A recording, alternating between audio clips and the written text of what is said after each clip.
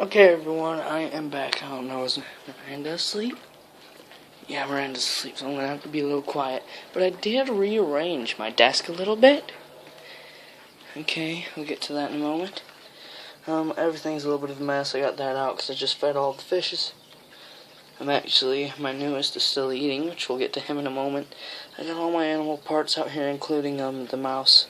And we got the red squirrel right there. But here he is. His water's a little cloudy. I have no idea why. It's been a while since I've kept a betta. Man, just look at that fish. Can you... you can't see his colors through there. If you guys were to be able to see that as well as I can, you guys would just know. Oh, look at that. Do you see that? Oh, darn it. There's a light in the way. There we go. Look at him. Look at that. Wow. Such a stunning fish. Oh, I was in the shadow. Anyway, let's look at him overhead. Man, when I turn this light on, I like this more. Look at that. You can't even see his full colors. My camera won't even pick up his colors. It'll only pick up the blue and the red. But man, does he have a lot of colors. I wish you guys could see this in real life. Here, I'll turn on this light. That's what he looks like with the light on. It's a little bit brighter and there's like stuff on the top of the water, I know. I gotta take care of that. It might be the grime on the top of the water that you can't see him too well, but I don't know if they're supposed to live in a dog biscuit thing. I do want to move the 5-gallon in here, but I will have to prove to my mom that I can take care of him and get my grades up. And she might let me, or maybe I'll get a fish bowl or something. I mean, 5 gallons the size of a fish bowl, so that'd be pretty cool. I wouldn't have a filter or anything running on it now. If I was to have the oxygen filter in here, it might help clear this up a little bit. I don't know why all this is floating. I do want some sort of filter. I might make my own filter. It's actually not pretty hard. So, yeah, I got a pretty good idea. But it'll have to be a low flow filter. But I learned some basic care tips on how to take care of these guys. There's some clothes back here, so I'm just going to move them out of the way so I can open this all the way up to the doorstop. Right there. Look at that. Oh, I wish you could see that. That is absolutely stunning betta fish. Now, this is the prettiest one, multiple colored one that they had. They did have some other really pretty crown tails. Most of their like regular bettas, they mostly had red ones there. Any of the fishes that people don't buy are left there. This is the ones that are not seen. This guy was all the way in the back of the stack, and you know, most people just see the first betta, the first bright red betta with a pink tinge, and they're like, oh, get that one please. And they didn't even check behind him. I mean, there was a beautiful crown tail in front of him, but I noticed that there was a cut behind him, and even if it's not a pretty betta, I always try to check, including with other fish, you know. And this was the most pretty fish they had there. I mean, there was one crown tail that had the red on the tips, but he didn't quite have all the blues and teals and turquoise that this betta has. You still can't see it. You still can't see his full color. I so wish I had a much better camera to film this guy on. I just put some food in here. I don't know how much I'm supposed to feed him. I don't feed him like the really big ones because, well, I feed him the tetracolor, but he barely has to eat any because obviously his stomach is small and they're a skinny type of fish. So I just took a flake and I crumpled it up into the smallest pieces I could and put it in there, because even things that my fish won't eat, he does. My fish eat the big ones, and actually, I have not fed him a bloodworm cube in a couple days, so let's get him some bloodworms. Oh, sorry, brine shrimp. This is the Omega 1 frozen brine shrimp stuff. They really like it, especially my predatories and such. My koi don't like it as much, but all of my predatories and my omnivoristic, they like them too. Thing is about my fish is they eat 3 of them because King eats all 3 of them. I tried to put all 3 of them in there at once so all of them get a shot at it. But now looking at my koi or something, you can really see actually in a scale how big this fish actually is. Oh, his side's a little bit torn up. What did that? What the heck? I don't even know. Let's hope he grows that back. That is an amazing fish. I love that fish. Oh, there's the catfish. Man, he's in his feeding colors. He only gets in these feeding colors when bloodworm cubes are added. That the only time the catfish comes out is when I put bloodworm cubes in there or brine shrimp. Same thing with the crayfish. Once they get a scent of that, they're out and moving around trying to get every part they can. I'm pretty sure, I'm not certain, but I think I can feed bettas brine shrimp. Like, if I put it in some water and then just take them out one by one and just feed him a little pinch of them, I think he can eat brine shrimp. I'm not certain that he will know what it is, though. I don't even know. I'm surprised he even knows how to eat. I know bettas are supposed to be skinny, but not this skinny. There's no way that he's supposed to be this skinny. I mean, I'm used to the really muscly fish, so that must be why I'm not used to the betta. But his water, as you can see, it's really cloudy. You can't even see through it out into the... So yeah, he's doing alright though.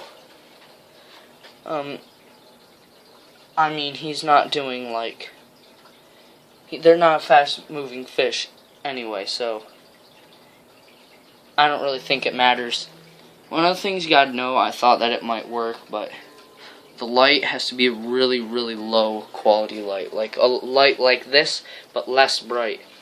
Like the lights that have the clips that you put on your notebook when you're, like, doing your homework when it's dark or on the bus. Something with a low light like that is what they like. Because this light, it lights up my entire desk.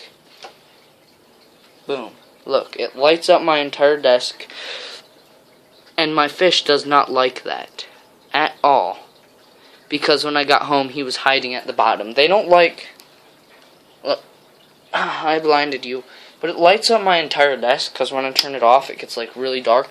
Lights up my entire desk and half of my room, which is why I thought maybe if I raise it up. No, I figured out I have to raise it up even further to like, I have to stand on my tippy toes or a chair to turn it on or off, and then things will work. But my sister does have one of them lights.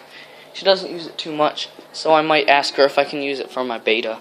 But, hey, actually, maybe I can use this to showcase to you the betta.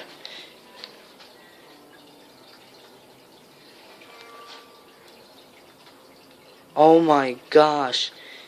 Oh, darn, you guys can't even see that. What? You can't even see that bright coloration on him too well. I mean, just the detail that's on it. Oh, the light. Here, I'll give you a description. Alright, when I shine it right here, it shines a really bright purple on him on either side, but when I shine it on this side, he like turns green and blue. On this side, it's turquoise, purple, and blue. You know, and right on him, he's mostly green. Maybe that gave you a little bit of an idea on what this fish really looks like. This is a little bit of a small area for him, and I'm hoping maybe I can work my way up to getting him a better aquarium, like the 5-gallon that's out there.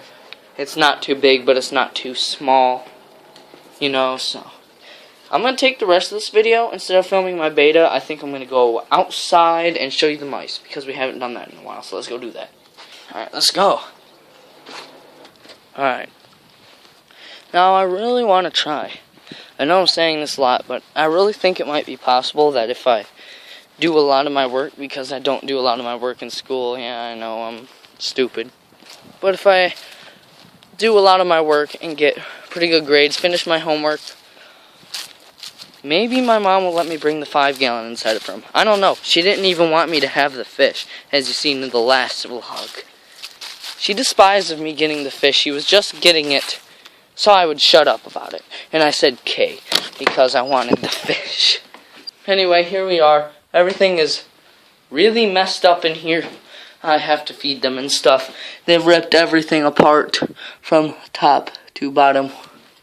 What is that? Oh, I thought that was a dead mouse on the outside. I was going to be like, what?